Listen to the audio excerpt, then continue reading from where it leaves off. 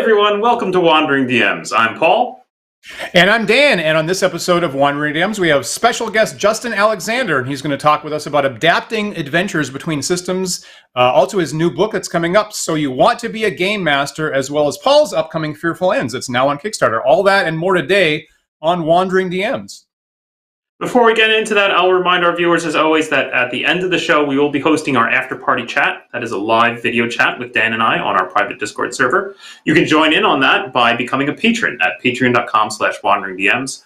Join at any tier, and you'll get an invite to our private Discord server and be able to attend the after-party chat at 2 p.m. Eastern today. So we always enjoy that a lot. Justin, before we were interrupted last time, you were on right at the start of the year when it looked like Wizards of the Coast was really throwing the whole indie gaming industry head over heels for apparently wanting to retract the open game license. And partly thanks to Lynn Kadega's coverage of that, they reversed course. Now we have the OGL is technically available. They released stuff on Creative Commons. I think the Orc license was finalized recently. How has that affected you, and what are you using for your upcoming book? Well, that was much less happy times at the beginning of the year. I'm so happy to be back at a time when we are not facing an existential crisis to half the industry. But yeah, so I think actually, like you say, like Linda Kadega's coverage, collective action, really won out the day, and we managed to make our voices heard, all of us, back to Wizards of the Coast and Hasbro, and got them to course correct in a way that I think is not just good for us as gamers, good for us as a hobby, good for us as an industry, but honestly, in the long run, I think it's actually in Hasbro's best interest. And I think we're seeing similar collective action, like with the recent WGA strike wrapping up, and what will hopefully be the SAG-AFTRA strike reaching a good resolution for creatives as well. So we're seeing these collective actions kind of have a really positive effect. Like, in terms of me personally as a creator, I've got this new book coming out, So You Want to Be a Game Master, that's coming out next month from Macmillan and Page Street Publishing. And in many ways, like, the way this actually all wrapped up was for the best for me, and probably the best way possible, because not only did they reverse course and back off the open gaming license, but like you said, they also ended up releasing the 5th edition SRD under the Creative Commons license as well, which is a license that has some disadvantages compared to the OGL, but also some big advantages as well. And so in the case of my book, So You Want to Be a Game Master, that's actually coming out from, like I said, Macmillan and Page Street Publishing. It's not an industry thing. It's going to be on mainstream bookshelves everywhere. But there were some questions we're having about what kind of balance did we need to strike within the text of the book. Because, for example, if you use the OGL, you can't use trademarks or indicate compatibility with, like, Dungeons & Dragons, for example, because that's a trademark of a signee of the license, Hasbro and Wizards of the Coast. So we were trying to figure out, like, what is the balance we could actually have. And once they released under the Creative Commons, which doesn't have that trademark limitation, we were able to instead use the Creative Commons for you, So You Want to Be a Game Master, which both allowed me to, I no longer had to make a hard choice between either, like, referring to Dungeons & Dragons by name or including something like, for example, we were able to go ahead and include a sample adventure for first-time game masters to actually use in the book, which is great from the standpoint of what the book is about and the utility that we wanted the book to have. And so in many ways, like, it not only ended up great for everybody, it ended up great for this book as well. So it's been really nice compared to, like I say, last time we were chatting. Nice. So to be clear, you're using Creative Commons as the primary license now? Yeah. That's right. Yeah. For So You Want to Be a Game, we're using the Creative Commons. Just the nature of that license and the fact that it allows us to use trademarks still just makes it a better fit for this particular project. Nice. So, the first thing, when I was reading it, the first thing that struck me is obviously you're using 5th edition D&D as the default rule set that you're writing examples and the example dungeon and stuff like that. But the book is, to me, surprisingly rooted in old school gaming. It's really surprising to me, like really rooted right back in the original D&D box set that you got over your shoulder on your bookshelf there. In terms of really looking carefully at turn-based exploration of the dungeon and tracking individual torches and what is the specific turn cycle that we're going to use back and forth in the dungeon or the wilderness. There's a wandering monster check every turn, presumably. There's lost checks in the wilderness. So are you cognizant of like bringing like as we want to do on our channel here, bringing older school mechanics and sensibilities to current D&D gamers? Absolutely. I was a very early participant in the OSR, and I really do think of the OSR as being the old school Renaissance. And that Renaissance is really important because the Renaissance isn't just about like aping the old school. It is about bringing the old school into a new and living and vibrant tradition. And I think that's really important in gaming as well. And we've seen this influence of looking at this old school style of play manifest itself into a lot of what many people think of as like new school games like Apocalypse World and Blades in the Dark, for example, or even Jeremy Keller's Tech Noir, are all influenced by old school play. And more importantly, at a more fundamental level, this idea of having scenario structures, that you don't just have like a map and you say, oh, that's a dungeon. No, there's like a specific way in which you prep material for a dungeon scenario, for example, and then also specific ways that you can run that material at the table, how you use that prep at the table.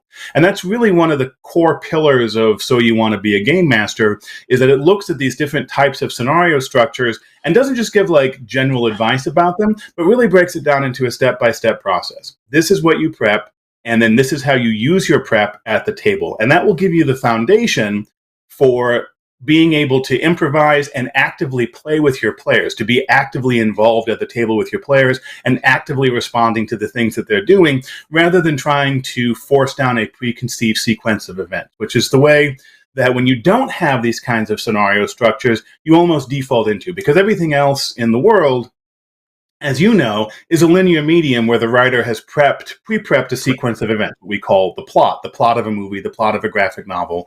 And so there's a real temptation to, like, when you're prepping your RPG notes, to prep the things that the PCs will do. But the problem with that kind of prep is that the people who should be making the decisions about what the PC should do are, in fact, the players. And so you need to let the players make those decisions, and what you need to prep are the toys that you get to control, that you get to use to play with the players. And that's really what the book is all about, is teaching you how to very effectively and efficiently prep, and then how to also play with those toys. That's great. That's great. You know, one of the things that, I mean, even helpful to me is that you are very clear, just to pull one example out of the book, you're very clear about, thinking about the difference when you are writing a particular notes for a particular encounter area. The difference between, are you writing for publication or are you just writing for yourself at home, right, in a home game? And absolutely, that's something that honestly has, like, I've fallen on the wrong side about that in the past, because whereas older, editions of D&D didn't really explicitly say, like you do here, here's how you're going to develop your dungeon. They just say, here's an example of a dungeon. And of course, it's in publication mode. And they don't point out that this is more verbose than you would need for yourself. And so I really like the point in the book where you've got the example of, like, here's what you do for publication and what you're going to see when you get a published adventure, and here's how you're going to use it. But here's all you have to write for yourself. It's going to be 3 bullet points.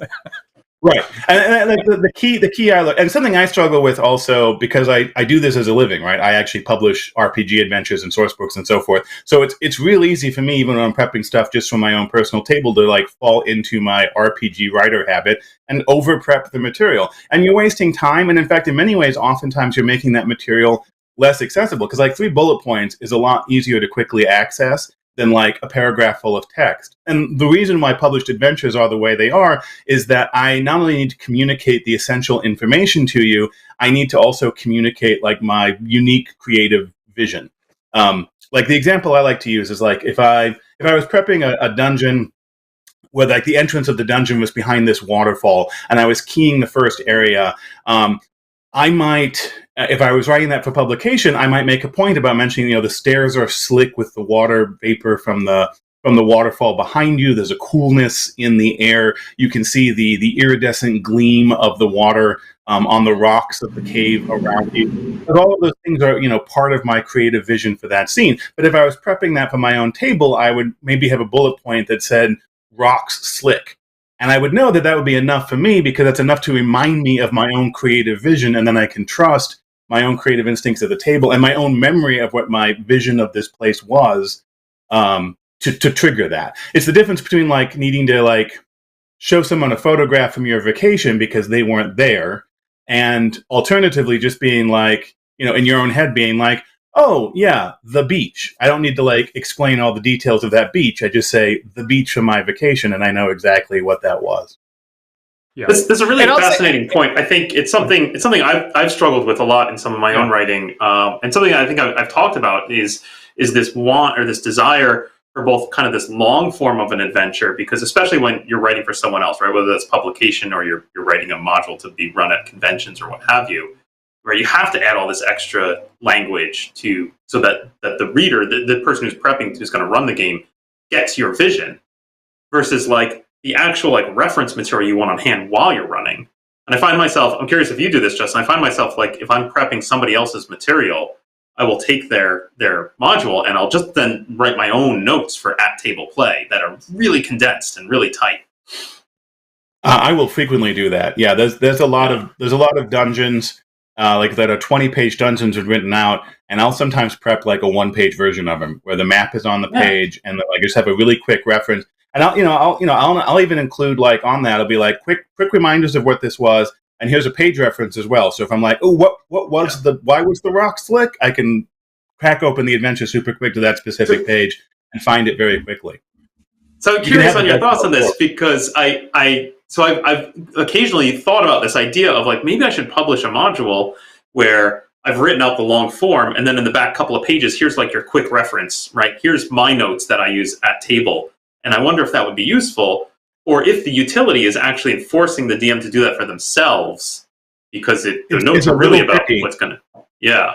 It's a little tricky, too, because what every individual GM considers essential reference is actually a little bit different. And there's a lot of different ways in which that applies.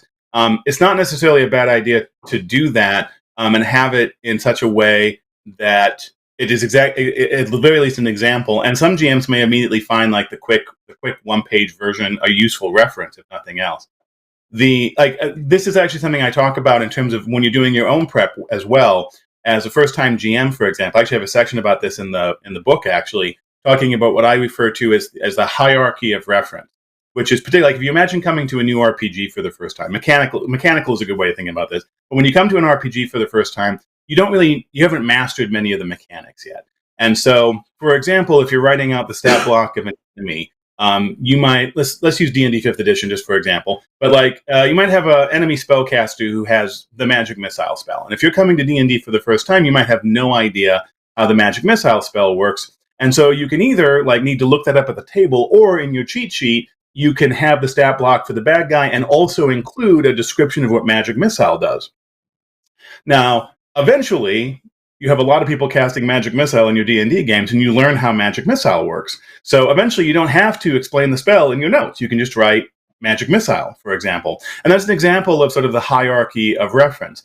I know that there have been times in my past, when I was 12 and played D&D 4 times a week and didn't have 6 different versions of D&D in my head, there was a point in time where I could just write down Goblin, and I would know what the Goblin stat block was, because I'd run so many encounters with Goblins. And that's an extreme level of Goblin hierarchy. But obviously, if I was publishing a reference sheet for somebody else, I wouldn't know where on that hierarchy they are. Are they at the I can just say Goblin level, or are they at the point where they should really be writing down how a magic missile spell works?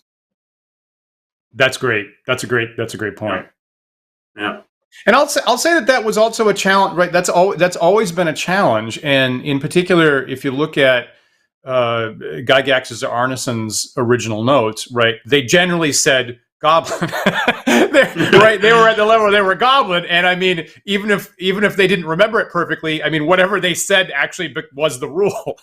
And of course, we kind of have this long legacy of people taking their mega dungeons, trying to publish them, and sending out these Titanic-sized vessels that inevitably hit an iceberg and sank and never got published. And so that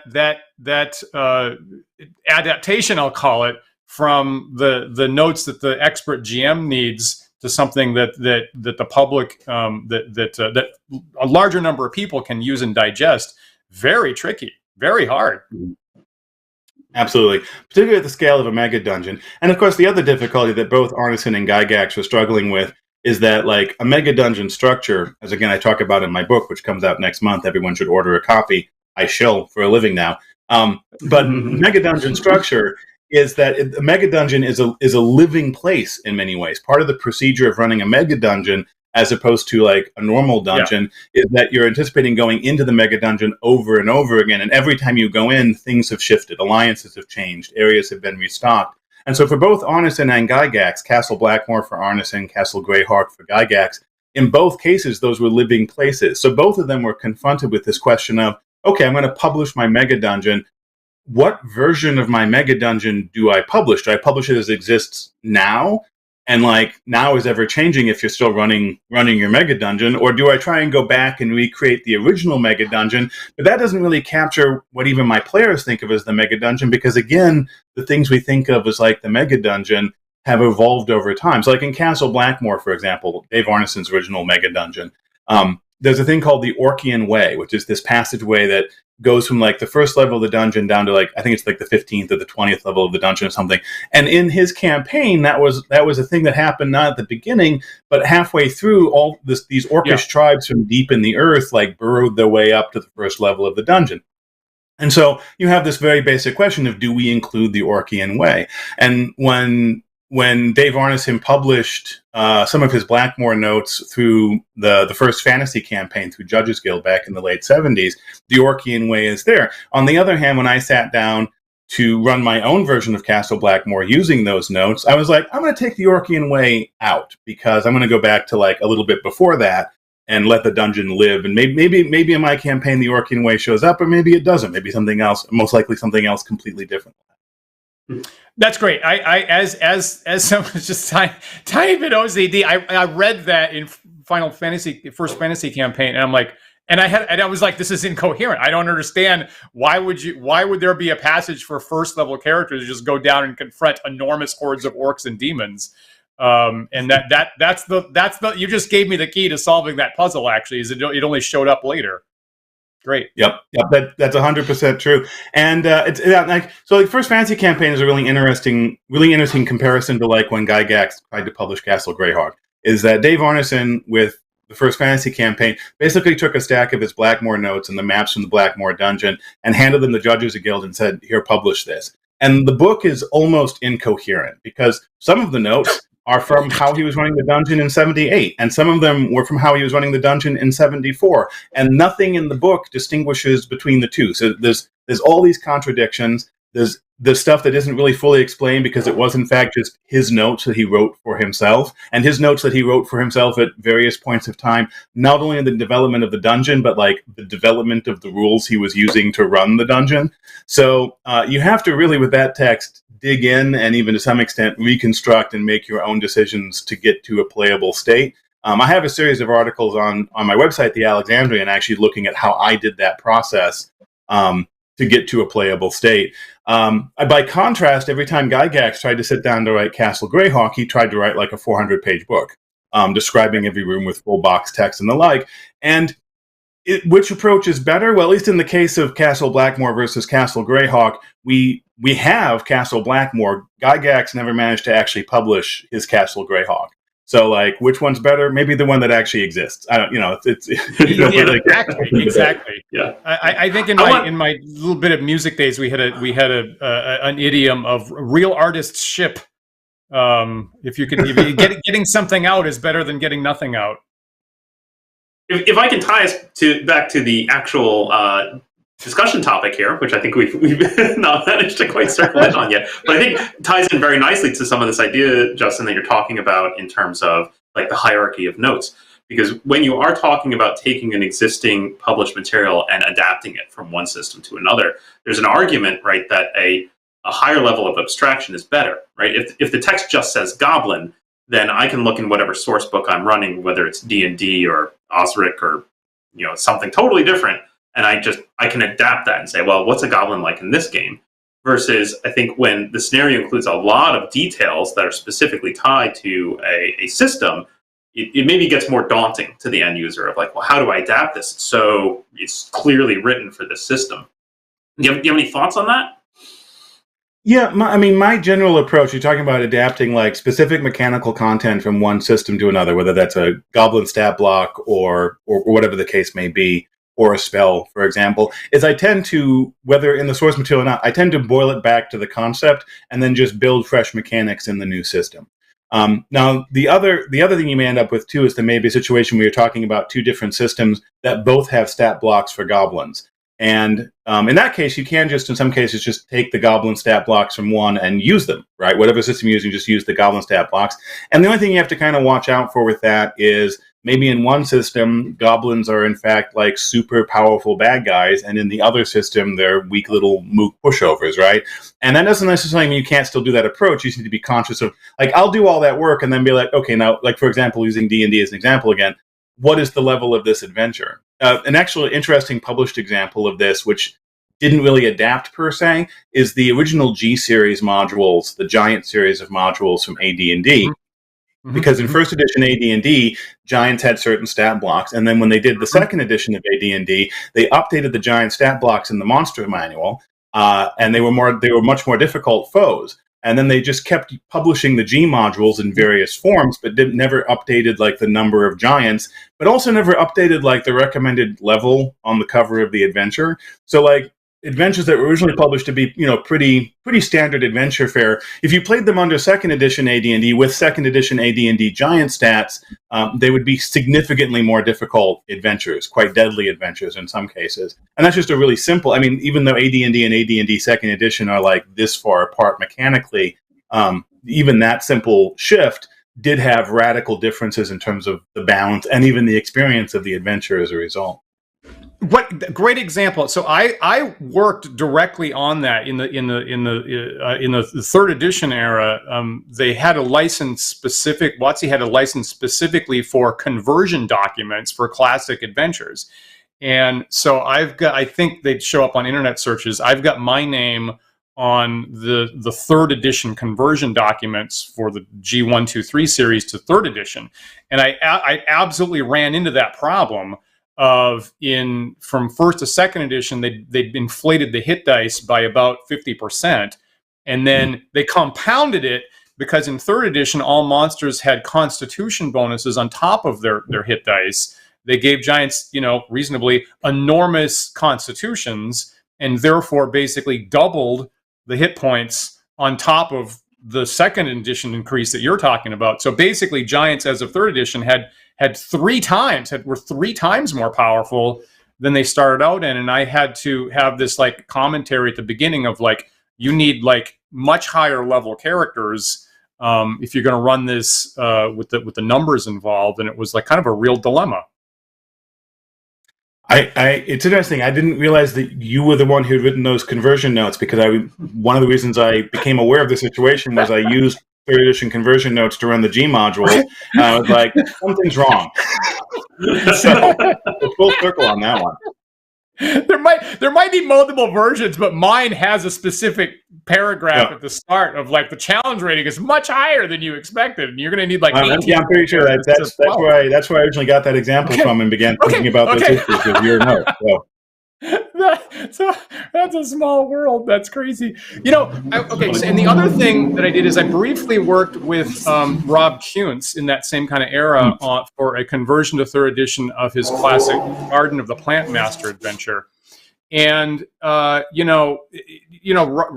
was certainly not really happy to embrace third edition rules, and to him it seemed much more burdensome. It seemed much more formalized and much more burdensome, and he absolutely didn't want to, get into the nitty gritty of skill points or anything like that. So I was kind of taking on that task, which was in my wheelhouse, I guess. Things that I think about for the other things that were problematic were like classic dungeon traps, right? That were unique. and the first thing I think of is traps that remove a limb. Right, and there were quite a few things in early D&D of like stick your hand in this hole and your hand gets chopped off if you don't do the right thing, and you see that in some classic adventures. I think there's one of those in Rap and Athic. Grimtooth's traps have a whole lot of that. And then what do you do if you have like a highlight like that and you move to a system that just doesn't expect to handle that ever? You change it? That's a great question. I mean, those are always tough ones, and it does kind of elucidate why like a regeneration spell existed in the older edition, right? Because there was a method, and that's the biggest thing I would watch out for. That's a good pitfall to watch out for. Is there a consequence or an expectation in this module, in this material, in this setting that I'm adapting from, that there will be a solution to a problem that doesn't exist in my new version? Like, for example, if in the game you're taking from, the game has a way to regrow limbs, maybe it's less important that like limbs get lost all the time. But if you're transitioning that scenario to a game where you can't trivially replace lost limbs, that's a much more devastating. Excuse me.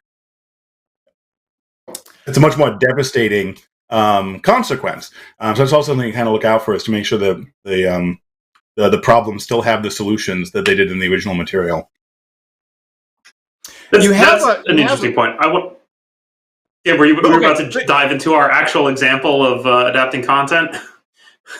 Well, I wanted to say that. So Justin, what highlights in his book what he just said, he says, here's a possible hook in an adventure of someone saying, I need this ring of regeneration because my daughter lost her leg in a terrible accident. So it seems like a pretty good adventure hook. Wouldn't you agree, Paul? Yeah, for sure.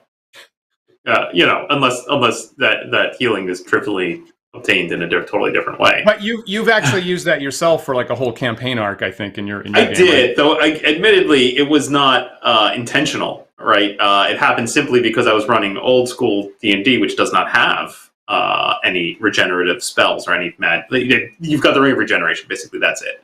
And the players, I had a critical hit system that was a house rule that I was using, and players were losing limbs left and right, literally. Yeah, it just became a naturally evolving quest line for them of like, we need to figure out how to solve this problem. And yeah, they spent a lot of time, and I had to invent a lot of content for limb restoration, which just didn't exist in the system. Dan, I was going to get at, so we have a kind of this practical example that you and I have been tossing around for this topic, which is Dan and I Dan and I have done a couple of episodes of what we call the Dungeon Design Dash, where we spend an episode just making a dungeon in an hour, which we've done a few times, and then eventually nice it up into a decent PDF and release it for free to all our patrons. We have a new one coming out called Creeping Doom of the Pumpkin King, which is a nice kind of spooky theme to it. That should be coming out to our patrons pretty soon. And the funny thing about this is it is a wilderness adventure, and it has a lot of kind of Halloween and fall themes to it. And I've actually run this using my system that's in Kickstarter right now called Fearful Ends, which is a horror RPG. And that's a pretty big shift from a module that was originally written for D&D, right? And yeah, we can talk about things like stat block switching, and like, yeah, you can.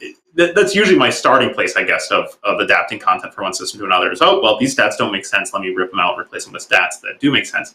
But also, I'll point out in this case, you have like a complete switch in like the overall theme or tone of the game. Where in D&D, I expect my players are going to confront the horrible creeping doom and overcome it and be heroes and save the day. And in Fearful Ends, I expect them to die horribly trying to do that. Right? And to fail miserably. Have you ever dealt, Justin, with that kind of level of like just absolute tonal shift between systems? Absolutely, and oftentimes it's partly about system and partly about just genre expectations and kind of the way the players expect to go into a situation, into a scenario, and. The biggest cases where I see this mostly crop up is mostly D&D, because we have such a collective understanding about like the way D&D is like meant to be played, the expectations of what you do in that game, that and one of the reasons is also the rest of the industry is often reacting against D&D. So like Fearful Ends, for example, and other horror games are reacting to the heroic pulp fantasy of D&D. And so trying to cross that specific divide can actually be one of the largest divides to cross.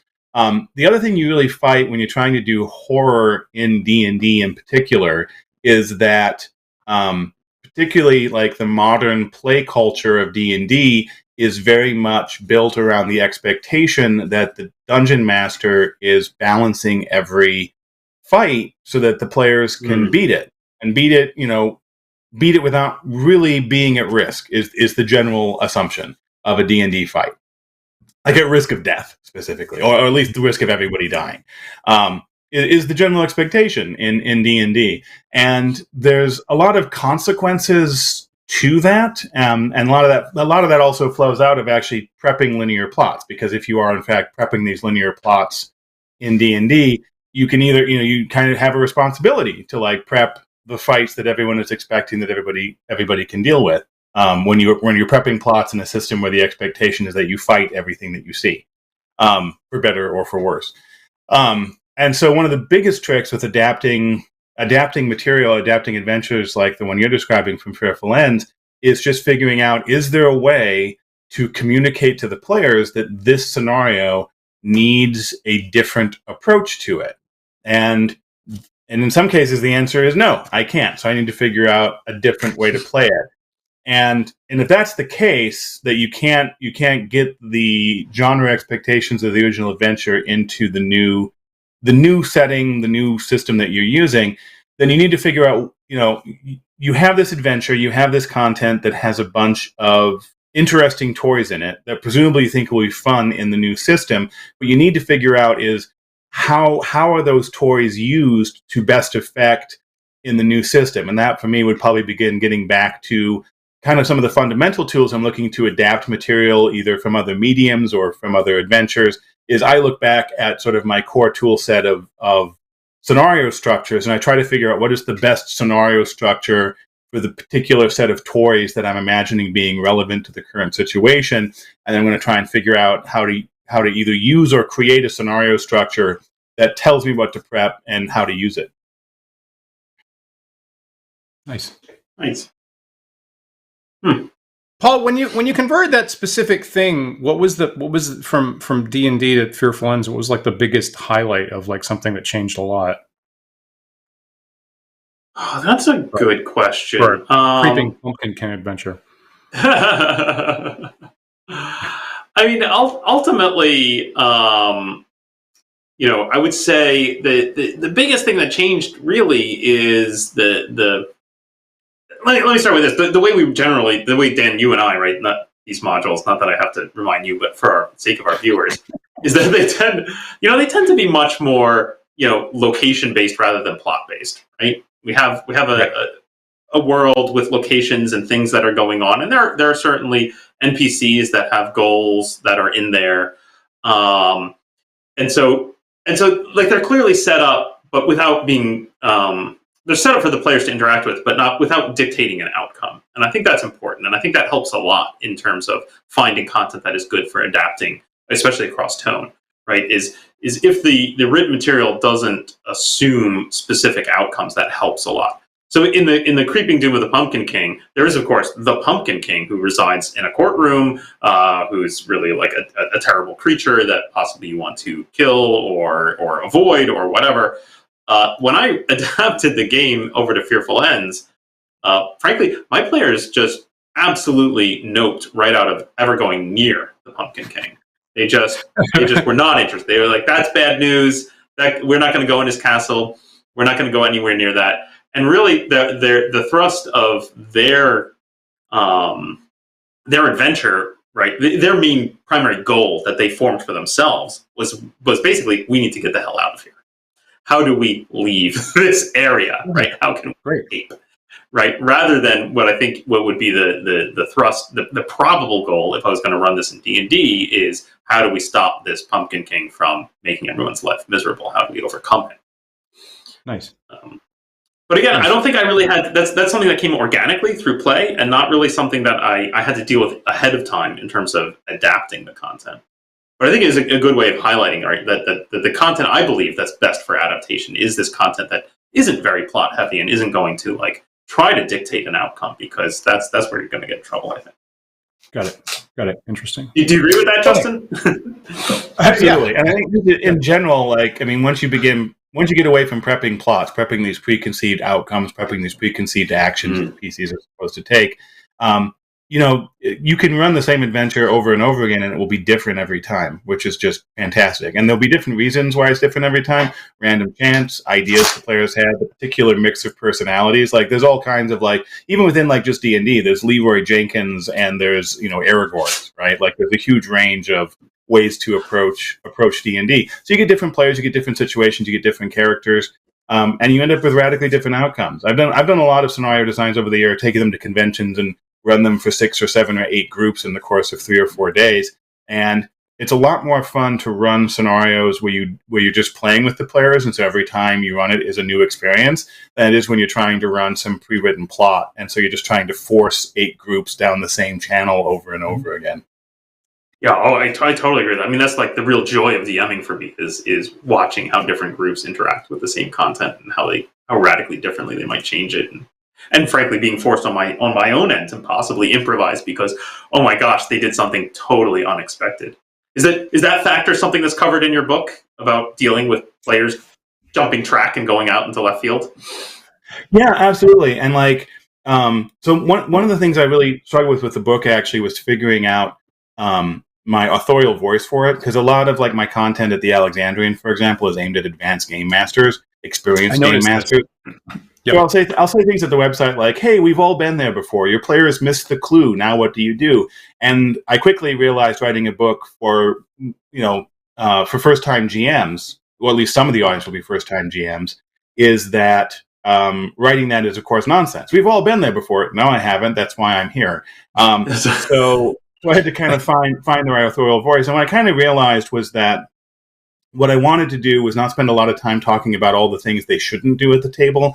I wanted to just really focus on the things they should be doing. And if you do these things, if you follow, you know, I've got, like I say, dungeons and mysteries and raids and heists and urban adventures and hex crawls and point crawls and all kinds of cool adventures. If you just follow this advice and do this, then like hopefully you'll never need to be told don't railroad your players, because you'll be too busy actually playing with your players. But to get back to your question about like what do you do when your players go, you know, off the tracks? Well, it helps if you don't have tracks in the first place, obviously.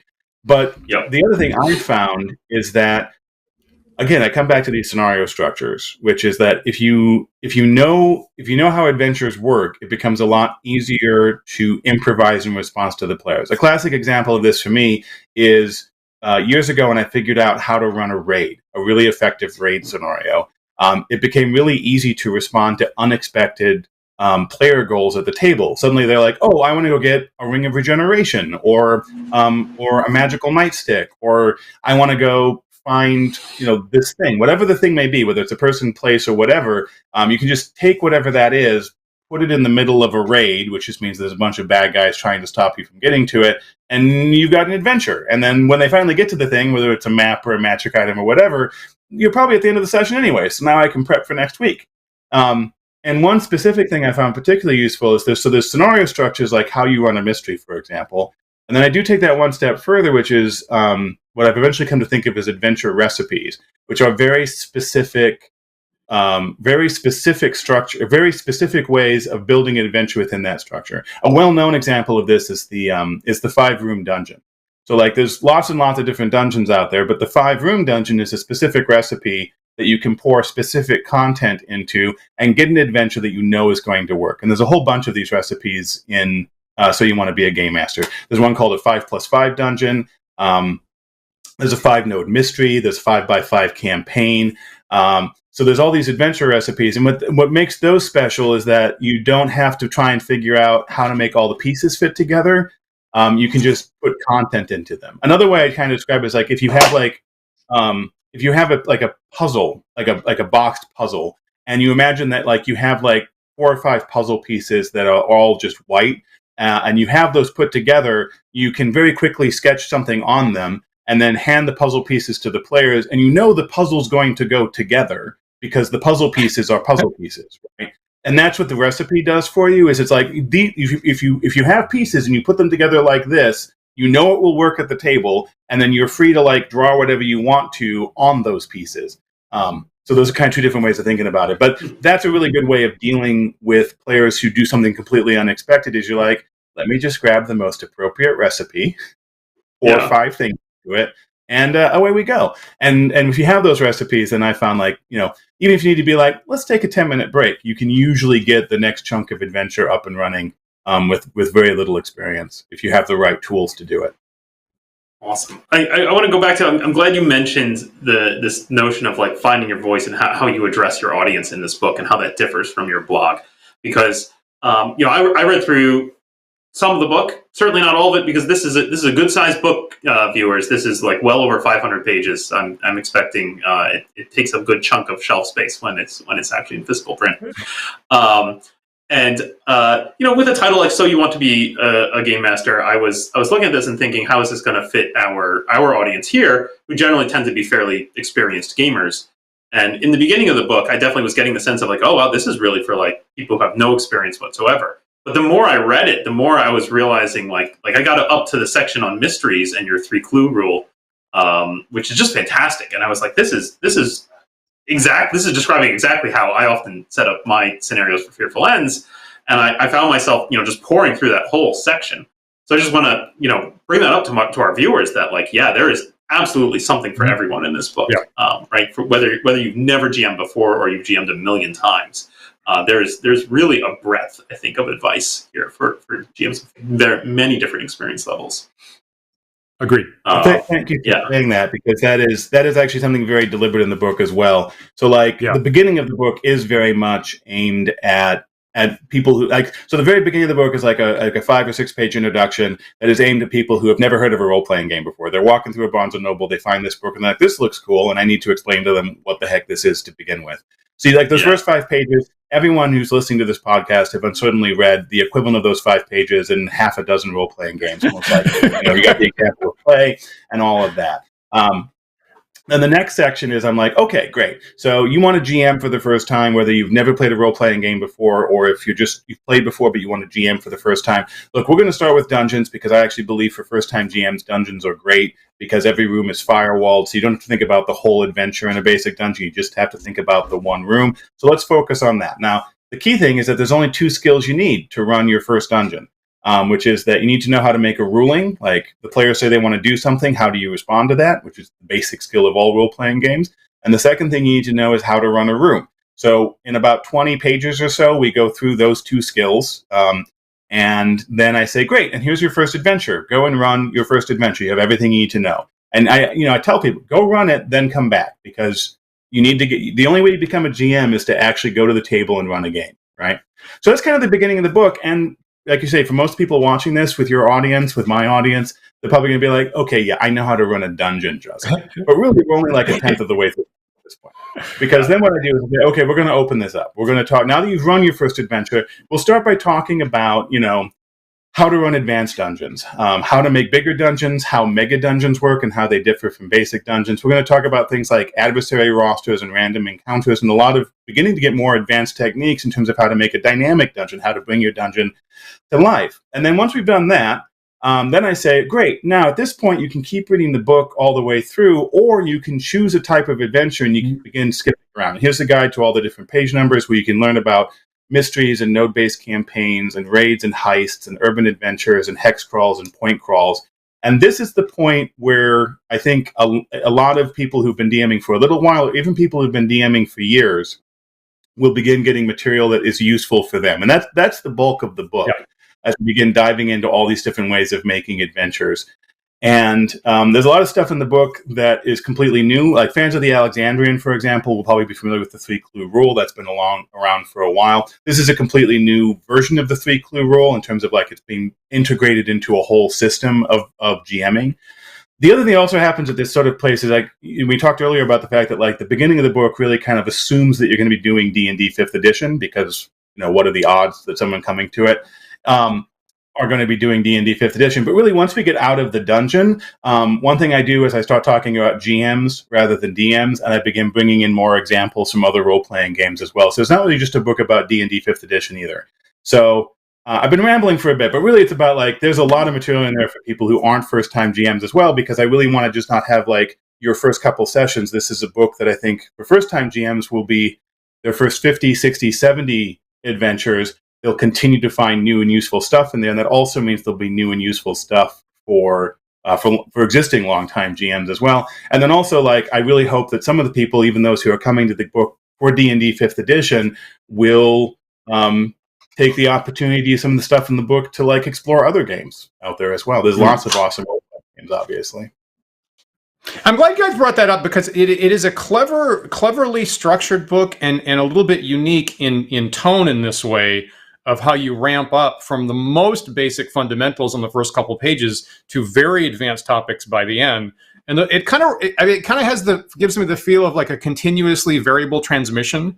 But like wherever you are in your DMing, there's a particular page that's exactly right for something that's useful, that's going to improve your game today. And I don't know a lot of books that do that kind of, thoughtful ramping up, frankly, like that.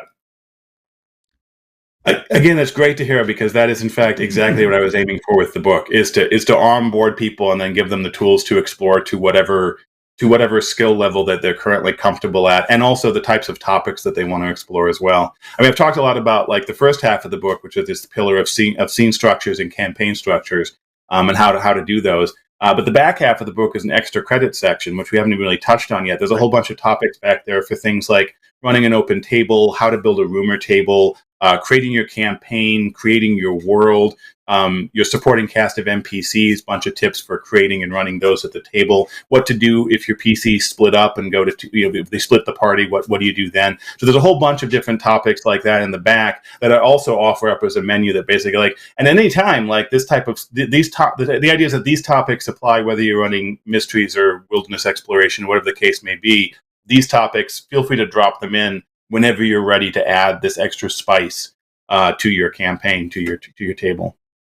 Nice. You get into enough detail. You have like some specific sheets. You have some specific sheets for the GM to run a particular type of adventure that kind of, to me, remind me of the DM's logs that were a product that the makers of D&D sold at one point back in the 70s.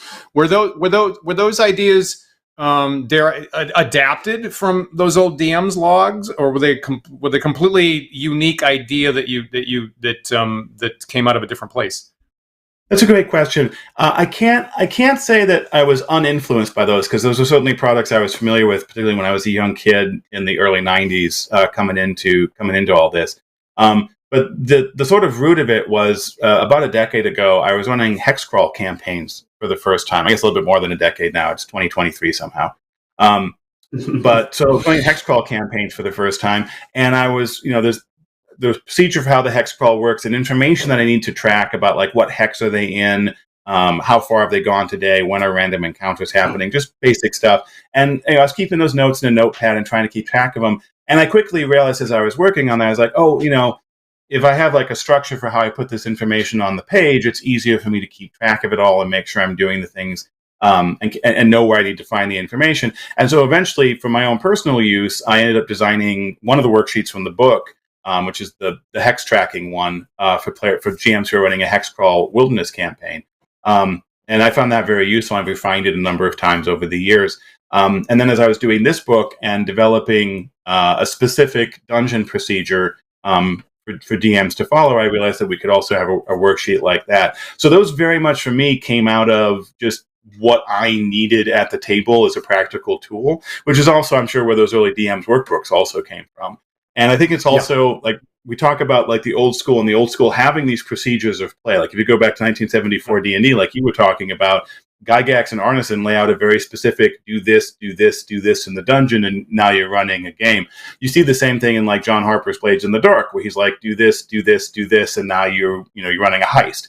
And so when you have those specific procedures or structures of play, you can have tools like that. Those tools like those worksheets, for example, tools like procedural generation, tables that randomly generate content to help you if your players go off the tracks, for example.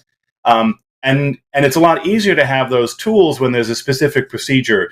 And when, as opposed to when you're just telling a GM, like, go prep, if you go prep a plot, it's more difficult to give GMs like practical tools that they can use as part of play, as part of their prep. Fascinating.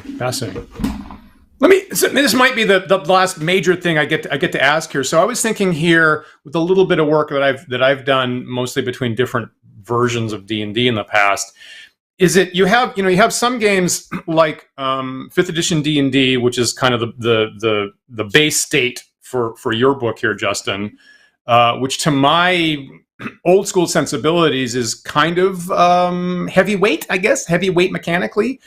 And then you have other game systems that are narrative, or they're more lightweight, like Paul's Fearful Ends is very thoughtful, has great rules for both physical and mental combat issues, but generally speaking is a little bit lighter and easier for the DM to just remember stuff. Frankly, is it easier to convert between a lightweight mechanical game system to heavyweight, or vice versa? I mean, maybe the heavyweight gives you more formal structures to use, and you're more at sea with the light. Which direction is it easier to adapt things in? That's a great question. I think as long as you're like, so I think it's time to say it depends on personality. Some people, if they have a bunch of detail, are really uncomfortable eschewing that detail and letting that detail go. And if you give people like that, like a big stat block full of like a lot of specific stuff, and you say, hey, adapt this to a simpler system, they'll try to somehow retain all of the nitty gritty details. And that makes that very difficult to go in that direction. And it's going to be much easier for those people to go the opposite direction, where they have a few broad details and now they can fill in all the details that, like, let's say GURPS expects you to have in a stat block. But other people are perfectly happy just like taking some set of mechanics where like a system has like 8 different science skills and being like, well, this character has like a bunch of different science skills, and over here in this other system that has 1 science skill, I'll just say that, averages out to a 7 or whatever. And so if you can do that, then I find actually going from a heavier system to a simpler system can be easy, because you've got more stuff to look at and be like, this is the essential stuff, and I'll just represent that over here. Like a really good example of this in my personal experience is like the Cypher system that Monty Cook Games uses. So I'm adapting stuff into Numenera, which is a game system. We talk about like things where it gets really difficult to adapt stuff. Then there's other settings where it's really easy. Like Numenera takes place 1 billion years in the future, and some of it's science fantasy, and some of it's weird transhumanism. So like whatever you want to pull for a source, you can generally kind of justify it there. So it's really easy to pull stuff in. And what Numenera does is that it's stat blocks. You can boil any stat block down to just a single number, which is the level of the creature. But then if you want to, you can have like additional abilities that you can just tack on to them, which makes it really easy to adapt stuff into the system, because you can look at any more complicated set of stat blocks, which is basically any stat block, and say, oh, well, this looks like about a level 6 in Numenera, and which of these 20 abilities do I think is actually essential to the creature mechanically? And maybe it's all 20. That's one of the great things about Numenera, is you can actually boil it down to any level of grit that you want by just adding more details. So you can say, well, what of these skills or abilities are essential, or just pick one thing and drop it in. So it's actually, for me, like, I learned a lot about adapting material into the Cypher system, because you can dial in how much detail you want to cross that barrier with. Clever. I'll say I haven't used that a lot. At the start of First Fantasy Campaign, there's actually I think it's almost the first page. Arneson has this point about he has a whole system for limb locations for hits and critical hits and things like that. And it's just one sentence, but he says we would only use that for like one-on-one fights. Right? We'd use this level of detail for one-on-one fights, and then for like party level fights, we'd do something else. And then if there was like large masses on both sides, we just revert to chainmail wargaming. And I remember that Doug Niles has a similar kind of dial in the detail in his in some of his war games, like Battle System or Star Frontiers Nighthawks. And sometimes it's hard to get the statistics right on what's happening there. But I have always thought that was a really clever to explicitly say we can dial in different levels of detail depending on the action that you like is a smart tool to have in the toolbox. 100%, yeah. That's nice. That's very nice. We are just about out of time here, so I just want. You were right, Dan. That is the last crunchy question you're going to get in. So I just wanted to ask everybody: does anybody have any final thoughts about adapting content, or Justin, is there anything about So You Want to Be a Game Master you feel like we didn't hit on that you really want to get out to our audience? I think the only thing I haven't mentioned about So You Want to Be a Game Master is that it comes out November 21st, and you can pre-order it either at your local bookstore or local game shops as well. In at least in North America, AC Distribution has recently confirmed they're picking it up, so your local game store can also get copies. Great. Fantastic. And I'll point out that we have links in the description on YouTube to this show here. We have a link to Justin Alexander's site with links to where you can pre-order So You Want to Be a Game Master, and we also have a link to Paul's currently running Kickstarter for Fearful Friends, and we would love people to pre-order Justin's book, and please join Paul's Kickstarter, because in my experience, having not having participated in making them, but just being a player that's used them, they're both great. You should get both. Excellent. And I'll second the recommendation for Fearful Ends too. Oh, I'm looking thanks so forward much. to hopping in there. And I'll point out, like, really for me, looking through the preview copy of So You Want to Be a GM and thinking about Fearful Ends, I jumped immediately to section 2 on mysteries, and holy cow, there's a lot of good stuff there that's very applicable. So yeah, I think the two great tastes that taste great together. Like Dan said, get them both. Fantastic. I'm looking forward to being read by the pumpkin thing. So yeah, great. That'll be out soon. Great. Viewers, if you have any thoughts about adapting content, any further questions, stuff that we didn't cover, please leave some questions for us here in the comment section of our YouTube video. We'd be happy to look those over, get back to you, and maybe even roll those into a topic for a new show down the road. Definitely. And remember that you can like, follow, and subscribe to us. We're on YouTube, Twitch, Twitter, Facebook, GitHub, and TikTok. We have the handle Wandering DMs on all those sites. So look for us there, and you'll get updates for upcoming shows and other great guests, like the next time we have Justin Alexander on.